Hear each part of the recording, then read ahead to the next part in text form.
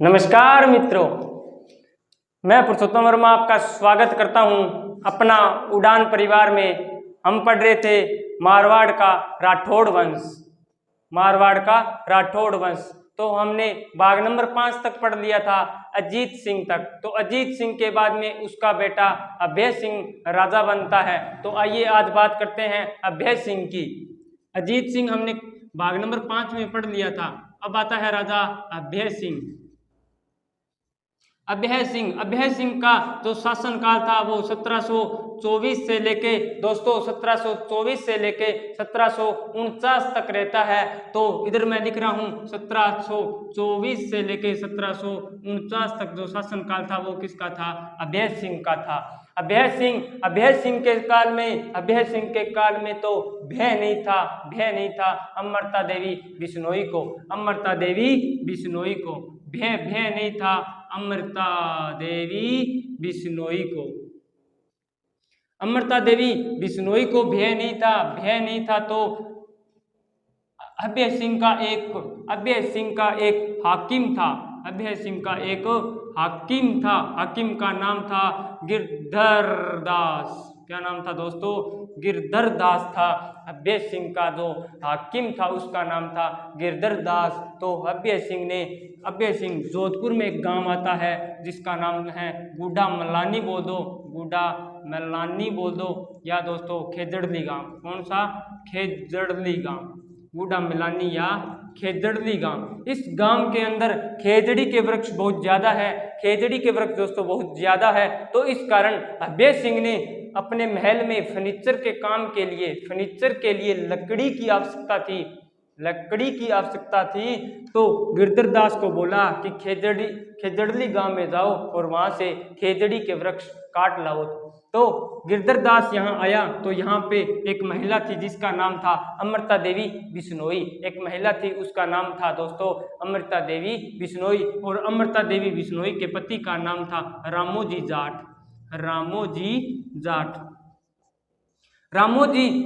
इनके पति थे अमृता देवी बिश्नोई के। और फिर इसकी तीन पुत्रियां थी। फिर अमृता देवी बिश्नोई ने इसका विरोध किया था गिरधर दास का कि आप हमारे खेजड़ी के वृक्ष को मत काटो, क्योंकि ये तो अपना राजस्थान का राज्य वृक्ष है, अब मतलब रेगिस्तान का कल्पवृक्ष है, इसकी तो पूजा होती है। फिर इसने बात नहीं सुनी थी गिरधर दास ने। तो फिर जो 363 लोग और उनके तीन पुत्री और रामोजी जाट और अमृता देवी बिश्नोई ये पेड़ों से चिपक जाते हैं। तो गिरधर दास इन्हें आदेश देता है सेना को कि इनको भी साथ में काट दो। तो यहाँ एक आंदोलन हो जाता है, उसका नाम है चिपको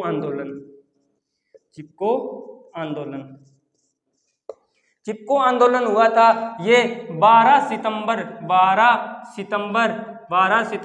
1730 की घटना है। कब की है दोस्तों? 12 सितंबर 1730 की घटना है, जब अभय सिंह ने हाकिम गिरधर दास को खेजड़ी वृक्ष काटने का आदेश दिया। तो अमृता देवी बिश्नोई और उनकी तीन पुत्री और रामोजी इनके चिपको आंदोलन कहते हैं, पेड़ों से चिपक जाते हैं। चिपकने के बाद में ये काट देता है, तो इसको बोलते हैं चिपको आंदोलन या खेजड़ली आंदोलन। कौन सा? खेजड़ली आंदोलन। आगे बात करें तो अमृता देवी बिश्नोई की, तो अमृता देवी बिश्नोई तो खेजड़ली गांव गुड्डा मेलानी की थी। ये एक महिला गुड्डा मेलानी की थी। फिर खेजड़ी का वृक्ष की बात करें तो खेजड़ी को कहते हैं समी जांटी। इसे तो बन्ना बन्नी, कन्नड़ में तो बन्ना बन्नी कहते हैं। समी जांटी इसे तो राजस्थान में जिसमें कन्नड़ बोलूं तो केरल के अंदर बन्ना बन्नी। और खेजड़ी का जो वानस्पतिक नाम होता है प्रोसोफिस सिनेरिया किसका नाम होता है? ये खेजड़ी के वृक्ष का वानस्पतिक नाम है प्रोसोफिस सिनेरिया। इसे तो राजस्थान का राज्य वृक्ष कहते हैं। राजस्थान का राज्य वृक्ष की बात करें तो खेजड़ी है, और रेगिस्तान का कल्प वृक्ष की बात करें तो खेजड़ी है। राजस्थान का कल्प वृक्ष दोस्तों खेजड़ी खेजड़ी को तो वैज्ञानिक नाम प्रोसोपिसिनेरिया, राजस्थान का राज्य वृक्ष, रेगिस्तान का कल्प वृक्ष, समी या जांटी कहते हैं, समी या जांटी, और बन्ना बन्नी कहते हैं कन्नड़ में, तो इसको बन्ना बन्नी कहते हैं। और खेजड़ी की पूजा भाद्र शुक्ल दशमी को होती है। खेजड़ी के वृक्ष की पूजा भाद्रपद शुक्ल दशमी, भाद्रपद शुक्ल दशमी को होती है दोस्तों। अभय सिंह ने खेजड़ी के वृक्ष काटने को बोल दिया, तो खेजड़ी तो पवित्र है, पवित्र वृक्ष मानते हैं खेजड़ी को। फिर भाद्रपद शुक्ल दशमी को खेजड़ी के वृक्ष की पूजा होती है 12 सितंबर। कब दोस्तों?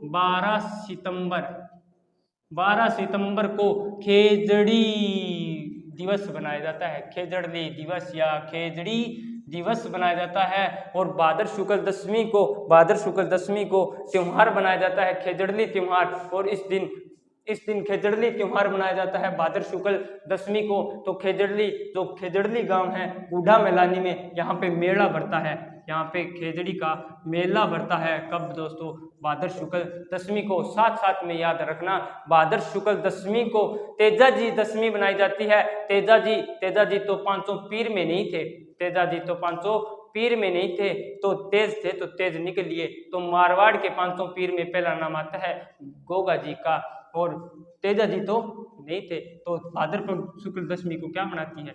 तेजा दशमी मनाते हैं।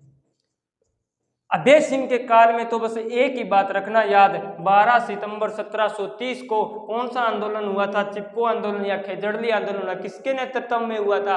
अमृता देवी बिश्नोई के नेतृत्व में हुआ था। और ये सारी बातें तो खेजड़ी वृक्ष के लिए है, बीच में खेजड़ी वृक्ष के लिए है ये बातें तो, ठीक। तो खेजड़ी वृक्ष की जो पूजा होती है, खेजड़ी वृक्ष की जो पूजा होती है वो दशहरे के दिन होती है, दशहरे के दिन होती है। खेजड़ी वृक्ष की जो पूजा होती है, दशहरा होता है तब इसकी पूजा करते हैं। और इस दिन लीलटांस पक्षी को देखना शुभ माना जाता है, लीलटांस जो पक्षी है उसको देखना शुभ माना जाता है। और लीलटांस जो ग्रंथ लिखा था, जो रचना लिखी थी, वो कन्हैयालाल सेठिया ने लिखी थी। कन्हैयालाल सेठिया तो सुजानगढ़ चूरू के रहने वाले थे, सुजानगढ़ चूरू के रहने वाले थे कन्हैयालाल सेठिया, जिसने लीलटांस की। तो दशहरे के दिन खेजड़ी वृक्ष की पूजा होती है और इसी दिन लीलटांस पक्षी देखना शुभ माना जाता है दोस्तों। फिर एक बार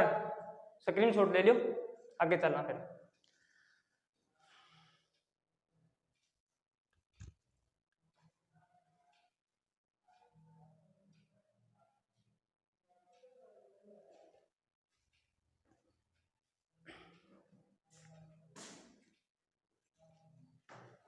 आगे बात करते हैं अभय सिंह। अभय सिंह की मृत्यु हुई थी 1749 में। अभय सिंह की मृत्यु हुई थी 1749 में। कब हुई थी दोस्तों? 1749। अभय सिंह के काल में बस एक ही तारीख याद रखना है, 12 सितंबर 1730 को। तो खेजड़ी दिवस कब मनाया जाता है? खेजड़ी दिवस तो बनाया जाता है 12 सितंबर को। वो एक ही बात, और बाकी तो अपने खेजड़ी में पढ़ लिया था। अपने सर जब प्रतीक चिन्ह करवाएंगे तब आपको खेजड़ी के बारे में सब कुछ बता देंगे। फिर आगे चलते हैं। इसमें देखिए खेजड़ी, इसमें अभय सिंह के, तो अभय सिंह के काल में अभय सिंह के काल में लिखा था अभ्याद्य। कौन सा था दोस्तों? बार बार बोलिए, अभ्याद्य। तो अभ्याद्य लिखा था जगजीवन भट्ट ने। इसके काल में एक जगजीवन भट्ट था, कवि था, जिसने ग्रंथ लिखा था अभ्यागत। और जगजीवन भट्ट ने भी इसके पिताजी अजितोध्यय लिखा था। कौन सा लिखा था? अजितोध्यय। अभय सिंह का जो पिताजी था उसके नाम पे लिखा था अजितोध्यय। जगजीवन भट्ट की दो रचना है, एक का नाम है अजितोध्यय और एक का नाम है अभ्याध्यय। कौन सी है? अभ्याध्यय। किसने लिखी थी? जगजीवन भट्ट ने लिखी थी। और जगजीवन की दूसरी कौन सी है? उसका नाम है अजितोध्यय। फिर बात करते हैं मृत्यु। तो इसकी मृत्यु हुई थी दोस्तों 1749 को। 1749 ईस्वी को मृत्यु होती है अभय सिंह की। तो अभय सिंह के बाद में इसका भाई था बख्त सिंह। कौन था? बख्त सिंह। तो वो राजा बनता है बख्त सिंह। अभय सिंह का भाई था भगत सिंह, तो भगत सिंह राजा बनता है। तो दोस्तों भगत सिंह 3 साल तक शासन रहा था। पहले भगत सिंह ने हत्या की थी अपने पिता अजीत सिंह की, तो इसे मारवाड़ का दूसरा पितृहंता कहते हैं। मारवाड़ का दूसरा पितृहंता कहते हैं किसको? भगत सिंह को। और पहला हमने पढ़ा था मालदेव को मारवाड़ का प्रथम पिता अंतर्गत कहते हैं, तो भगत सिंह को कहते हैं मारवाड़ का दूसरा पितृहंता। और तो इसका शासनकाल लिख लीजिए 1749 से 1752 के बीच। किसका? भगत सिंह का। ठीक, आ गया। अभय, जिसको भय नहीं होता उसकी क्या हो जाती है? जीत हो जाती है, उसकी विजय हो जाती है। जिसको भय नहीं होता उसकी क्या हो जाती है? विजय हो जाती है। तो इसके बाद में अगला राजा अब हम पढ़ेंगे विजय सिंह। तो ये स्क्रीनशॉट ले लो या उतार ही लो।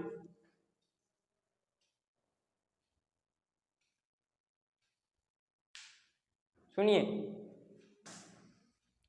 विजय सिंह। अभय सिंह का बाद में आता है विजय सिंह। अभय सिंह के बाद में राजा कौन आता है? मारवाड़ का विजय सिंह। जिसको भय नहीं होता उसकी हो जाती है विजय।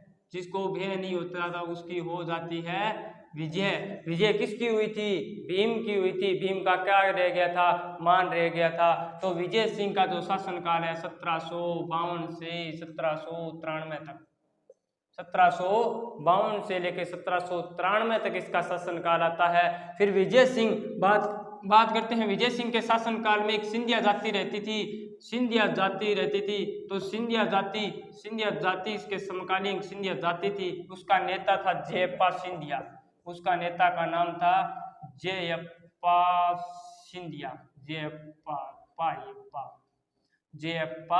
सिंधिया। तो विजय सिंह ने इस सिंधिया, जो जयप्पा सिंधिया था नेता था, इसकी हत्या कर दी थी। और जयप्पा सिंधिया की जो छतरी है वो ताऊसर नागौर में बनी हुई है। ताऊसर नागौर में छतरी किसकी है? जयप्पा सिंधिया की छतरी है। तो इसकी हत्या की थी इसने 1755 ईस्वी को हत्या की थी। किसने? विजय सिंह ने जयप्पा सिंधिया की। और कहाँ? इसकी ताऊसर छतरी है। फिर विजय सिंह ने जोधपुर में, सबसे इंपॉर्टेंट है, वेरी वेरी इंपॉर्टेंट, याद रखना, विजय सिंह ने जोधपुर में विजय शाही सिक्के चलाए थे। तो अगर परीक्षा की दृष्टि से पूछ ले आपसे कि विजय शाही सिक्के कहाँ के हैं, तो मारवाड़ के हैं। कहाँ के हैं? मारवाड़ के हैं। अगर राजस्थान में प्राचीन सिक्के कौन से थे? प्राचीन सिक्के तो यह आहत है। कौन से हैं? आहत है। प्राचीन सिक्के तो आहत है। तो जोधपुर में विजय सिंह ने विजय शाही सिक्के चलाए थे जोधपुर या मारवाड़ में। फिर बात करें उसके बाद में तमंचा शाही सिक्के हैं जयपुर के। फिर बात करें जाड़ शाही सिक्के,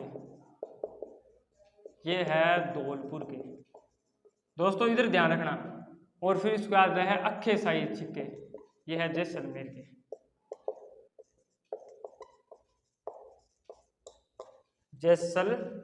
के। देखिए विजय सिंह, छोटा सा विजय सिंह का शासनकाल आता है 1752 से 1793 तक। इसने सिंधिया जाति का नेता था जयप्पा सिंधिया। इसकी हत्या 1755 में कर दी थी। विजय सिंह ने नेता की हत्या कर दी।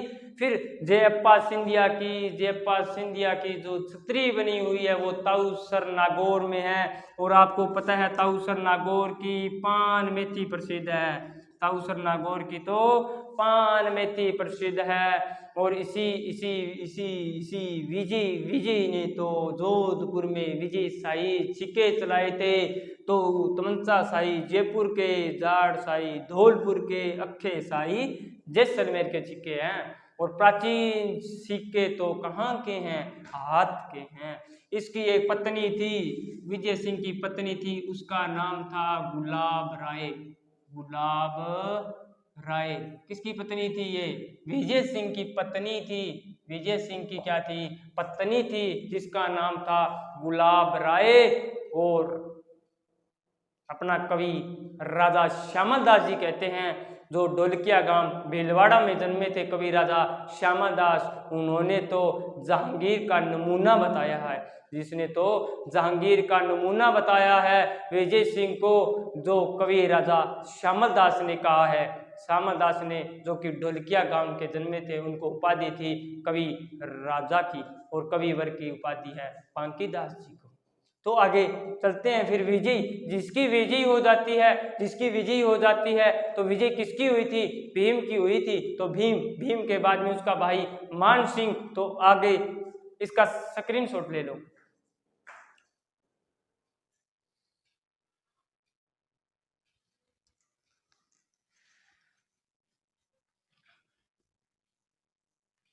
विजय सिंह के बाद में इसका भाई, इसके भाई का नहीं, विजय सिंह के बाद में आता है भीम सिंह, और भीम सिंह का भाई था विजय सिंह। भीम सिंह का भाई था, भीम सिंह का भाई था, सॉरी दोस्तों, मान सिंह। कौन था, मान सिंह राठौड़। मान सिंह राठौड़। आज हम बात करेंगे मान सिंह राठौड़ की। ये भीम सिंह का क्या था, भाई था। भीम सिंह का क्या था दोस्तों, भाई था। तो मान सिंह राठौड़ कहते हैं इसे। तो भीम सिंह का भाई था। तो इसका जो शासन काल आता है दोस्तों, 1803 से लेके 1803 से लेके 1843 तक आता है। 1843 तक आता है। 1800, वही सवाई जयपुर का सवाई जय सिंह था। वही जयपुर का सवाई जय सिंह था।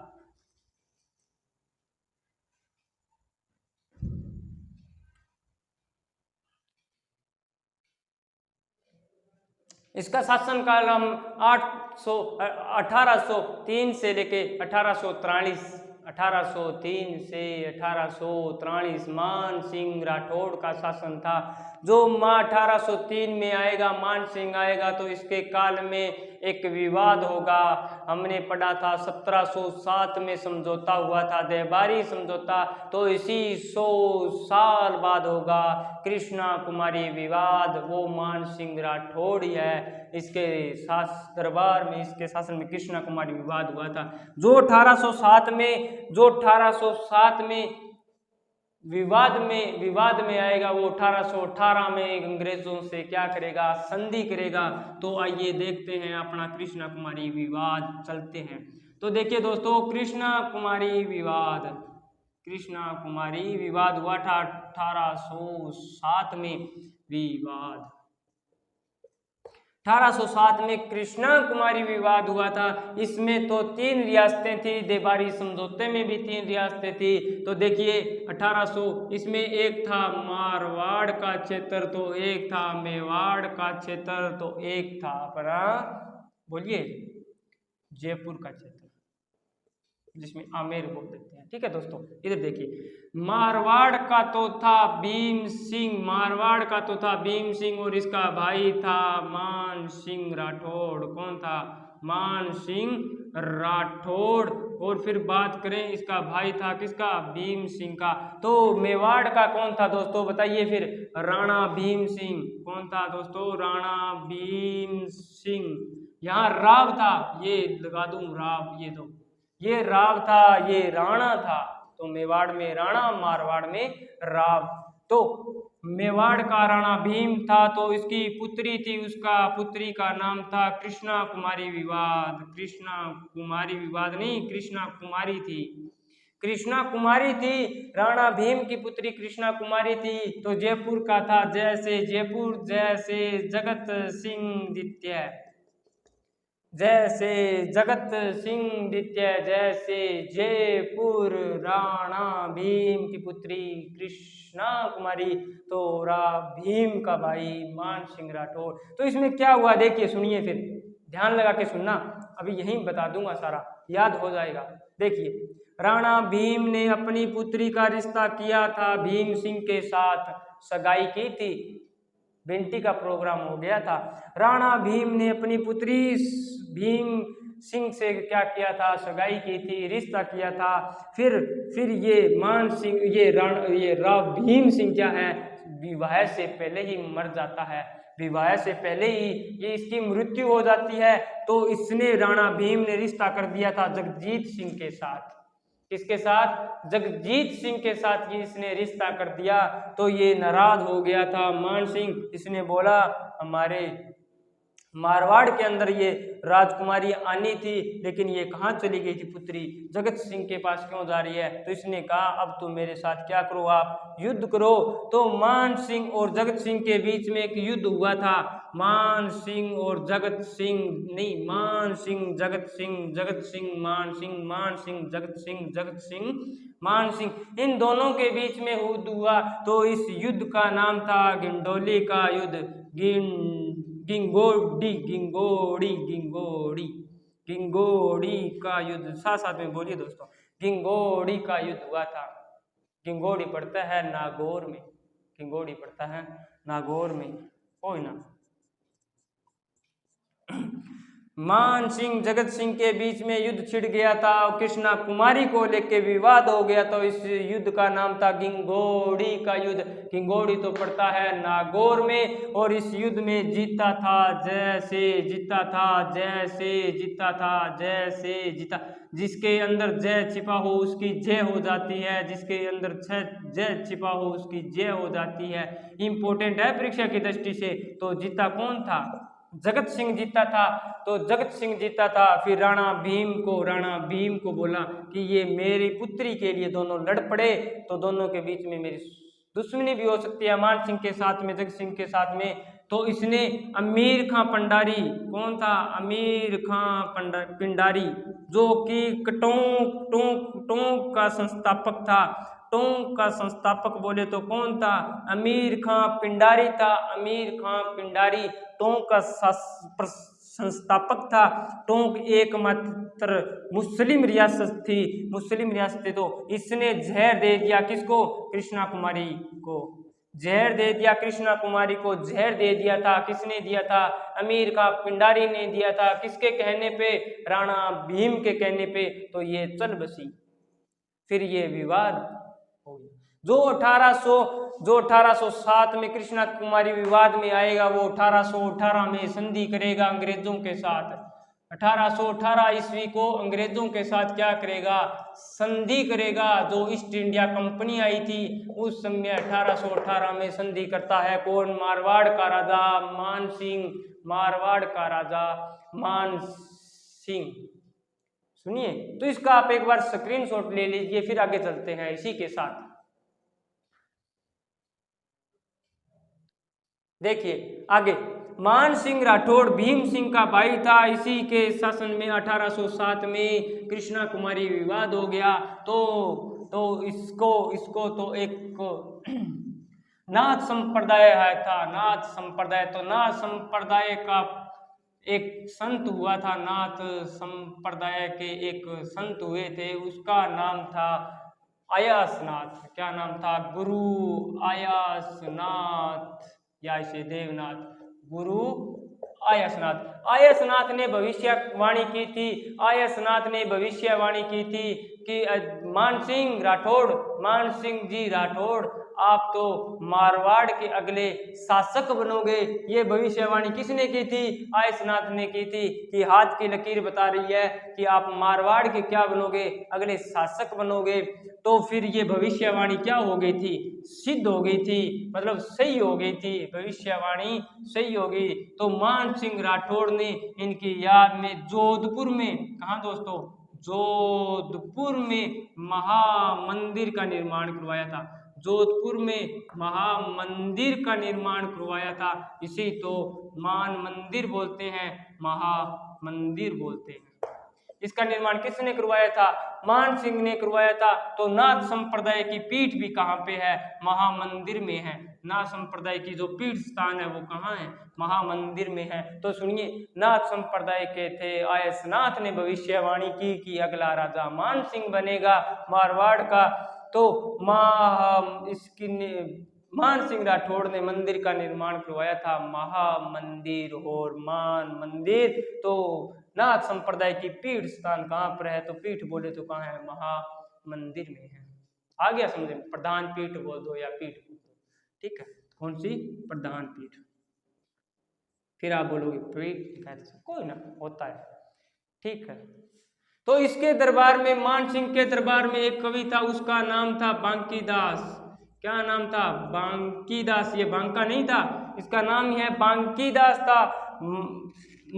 मान सिंह के दरबार में एक दास रहते थे, बांकीदास जी रहते थे। तो बांकीदास जी ने तो ख्यात लिखी थी, बांकीदासरी ख्यात, बांकीदासरी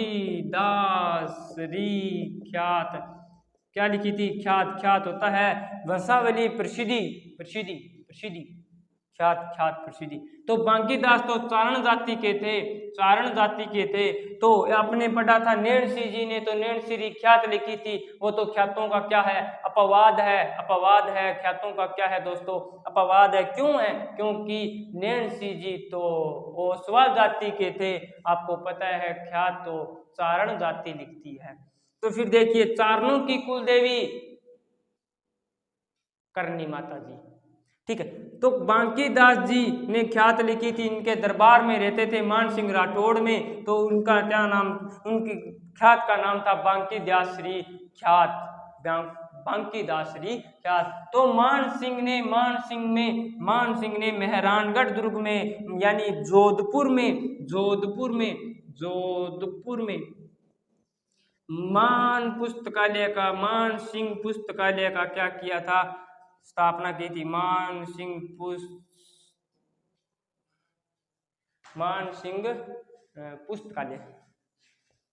पुस्तकालय बनवाया था मान सिंह। ये था अपना मान सिंह। तो मान सिंह का शासनकाल आता है 1803 से 1843 को आता है। इसी के काल में 1807 को कृष्णा कुमारी विवाद हुआ था, तो जिसमें भीम सिंह का भाई मान सिंह था, तो मान सिंह का भाई भीम सिंह था। तो मेवाड़ का राणा भीम था, जयपुर का तो जगजीत सिंह था। जीता कौन था? जगजीत सिंह जीता था। तो युद्ध हुआ था, उसका क्या नाम था? गिंगोड़ीकल, ठीक है, नागौर में पड़ता है। तो 1818 में अंग्रेजों से संधि कौन करता है? मारवाड़ का, अभी देखा है ना, मान सिंह राठौड़, ठीक। तो आगे चलते हैं। मान सिंह जो जिसकी विजय हो जाती, जिसको भय नहीं होता उसकी विजय हो जाती है। विजय किसकी हुई थी? भीम की। भीम का क्या रह गया था? मान रह गया था। जिसका मान रह जाता है वो कहाँ बैठ जाता है? तख्त पे बैठ जाता है। तो अब बात करते हैं तख्त सिंह की। अच्छा, इसका स्क्रीनशॉट नहीं लिया तो ले लीजिए, इधर लिख देते हैं बांकीदासरी ख्यात, बांकीदासरी ख्यात।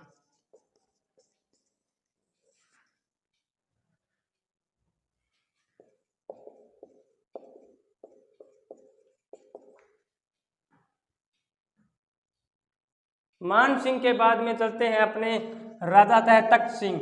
कौन सा राजा था? है तख्त सिंह।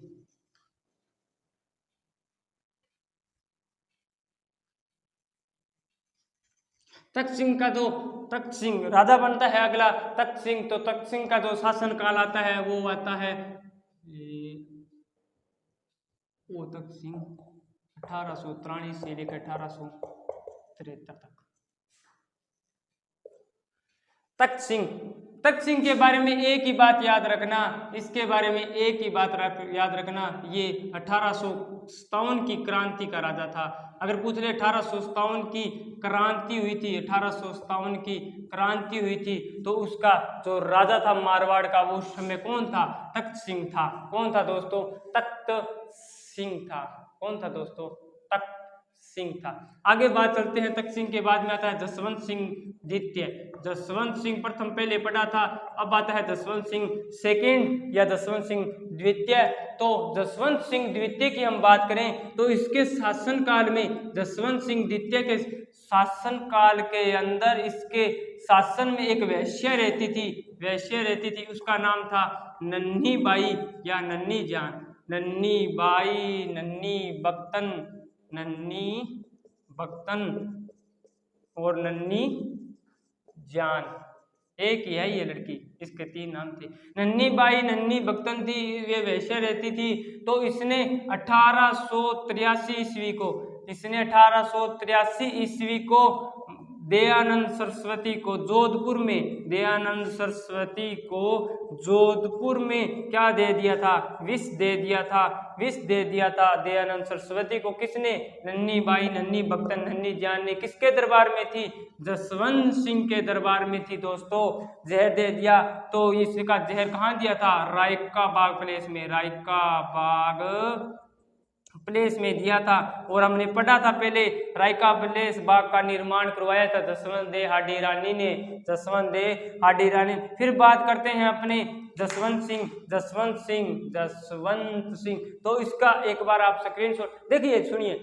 तख्त सिंह का आपको एक परीक्षा की दृष्टि से इंपॉर्टेंट है। क्यों है? क्योंकि पूछा जाएगा कि मारवाड़ जो 1857 की क्रांति हुई थी, उस समय मारवाड़ का शासक कौन था? तो तख्त सिंह था। तो 1857 की क्रांति का क्या माना जाता है? इसको राजा माना जाता है। फिर आता है जसवंत सिंह। तो जसवंत सिंह द्वितीय था, वो इसके दरबार में एक वैश्य रहती थी जिसका नाम था नन्ही बाई नन्ही बख्तन नन्ही जान। उसने 1883 को दयानंद सरस्वती को विष दे दिया था। कहाँ? रायका बाग प्लेस जोधपुर में। कहाँ दे दिया था? जोधपुर में दे दिया था। फिर इसका एक बार स्क्रीनशॉट ले लीजिए आप।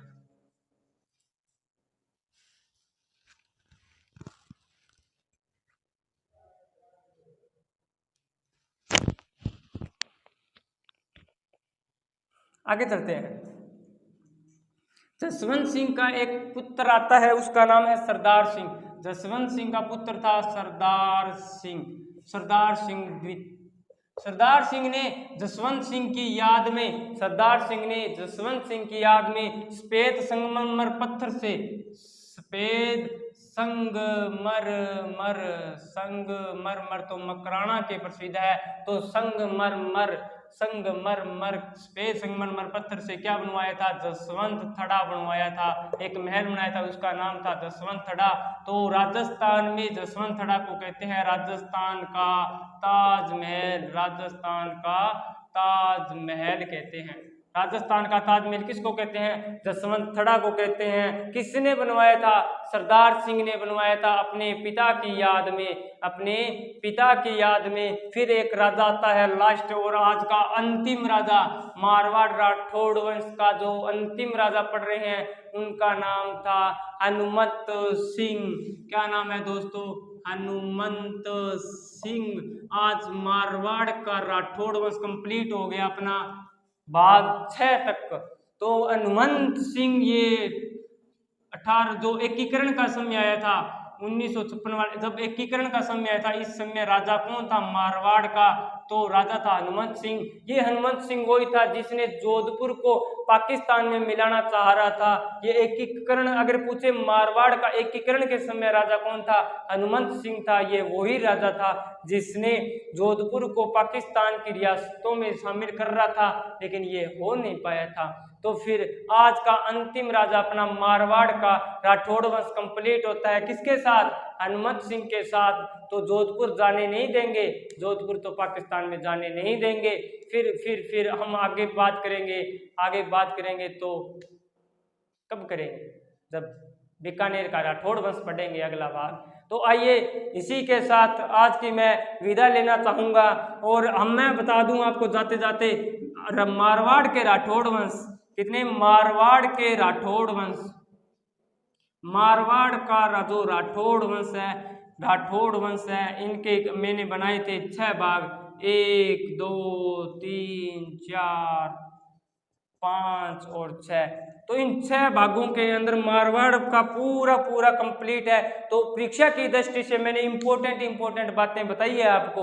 अगर विख्याता बनना है, विद्वान बनना है तो हम वो भी करवा देंगे आपको, लेकिन जब आपको परीक्षा की दृष्टि से पढ़ना है इसको बार बार पढ़िए, आप वीडियो को बार बार देखिए, बार बार देखने से बार बार याद होता है और बार बार नौकरी लगती है, हर एग्जाम में पास होते हैं। तो भाग 1, 2, 3 और 4 इसमें अपना मारवाड़ का इतिहास राठौड़ वंश कंप्लीट होता है। फिर अपना अंतिम राजा पढ़ा था हमने आज हनुमंत सिंह। इसी के साथ मैं आज विदा लेना चाहूँगा आपसे और आगे मिलते हैं बीकानेर के राठौड़ के साथ। तो उड़ान परिवार में फिर आपका स्वागत रहेगा फिर से। तो इसी के साथ सभी को धन्यवाद।